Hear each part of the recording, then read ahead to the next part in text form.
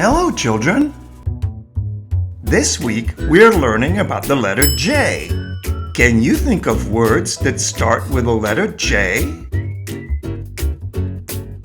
Good! You're right! Jelly beans. Jet. There are lots of words that start with the letter J. What is that thing that lady is playing with? It's a jack-in-the-box. Our color of the week is Xbox green. Can you think of things that are that color? How about apples or trees? This week, our number is the number 9. It's very easy to draw the number 9.